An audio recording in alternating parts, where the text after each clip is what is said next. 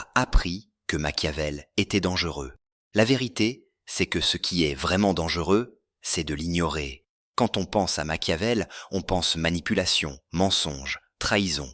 Mais personne ne t'a vraiment expliqué pourquoi il écrivait. Cette chaîne n'est pas là pour t'apprendre à dominer les autres, elle est là pour t'apprendre à comprendre les mécanismes du pouvoir, sans illusion, sans romantisme. Aujourd'hui, on va déconstruire une idée fausse. Machiavel n'enseignait pas la cruauté, il enseignait la lucidité. Machiavel n'écrit pas depuis un bureau confortable ou une tour d'ivoire. Il vit dans une Italie morcelée, instable, traversée par les trahisons, les guerres et les renversements de pouvoir.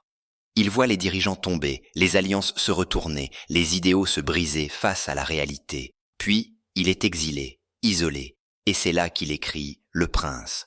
Pas pour glorifier le mal, mais pour répondre à une question simple et dérangeante. Pourquoi les hommes vertueux échouent-ils si souvent dans le monde réel?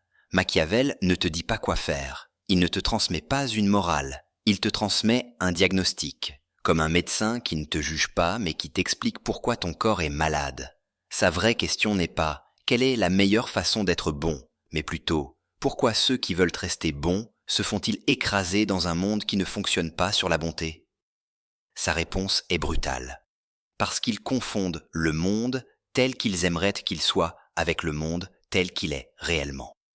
L'un des principes les plus inconfortables de Machiavel, c'est que le monde ne récompense pas la vertu, il récompense la perception de la vertu. Les êtres humains ne réagissent pas à ce que tu es profondément, ils réagissent à ce qu'ils perçoivent. Deux personnes peuvent être aussi compétentes. Celle qui rend son travail visible montera. Celle qui croit que son mérite parlera seule restera derrière. Machiavel ne dit pas « sois faux », il dit « ne sois pas invisible ». La différence est fondamentale. Il y a aussi cette idée essentielle. La bonté sans stratégie devient une faiblesse dans un environnement conflictuel.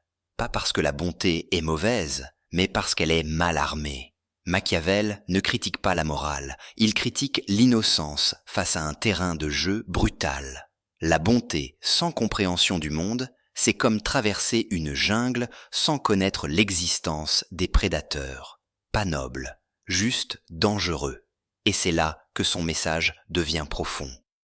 Machiavel ne se concentre pas sur les manipulateurs, les menteurs ou les joueurs de pouvoir.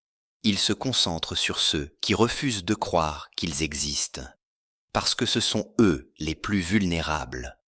Le vrai danger, ce n'est pas le stratège. Le vrai danger, c'est l'aveugle. Le problème n'est pas que le monde ait des joueurs. Le problème, c'est qu'on ne t'a jamais appris que le jeu existait.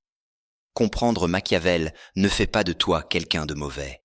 Ça ne fait pas de toi un manipulateur. Ça te rend simplement moins naïf, moins surprenable, moins dépendant des illusions collectives. La lucidité ne corrompt pas, elle protège. La vraie corruption, ce n'est pas de comprendre le pouvoir, c'est de le subir sans jamais l'avoir étudié. Machiavel ne t'enseigne donc pas à dominer les autres. Il t'enseigne à ne pas te faire dominer par ton propre aveuglement. Il ne te rend pas cruel, il te rend conscient. Et dans un monde imparfait, la conscience n'est pas un luxe, c'est une armure. Ici, on ne glorifie pas le pouvoir, on apprend à ne plus en être victime. Abonne-toi si tu veux voir clair.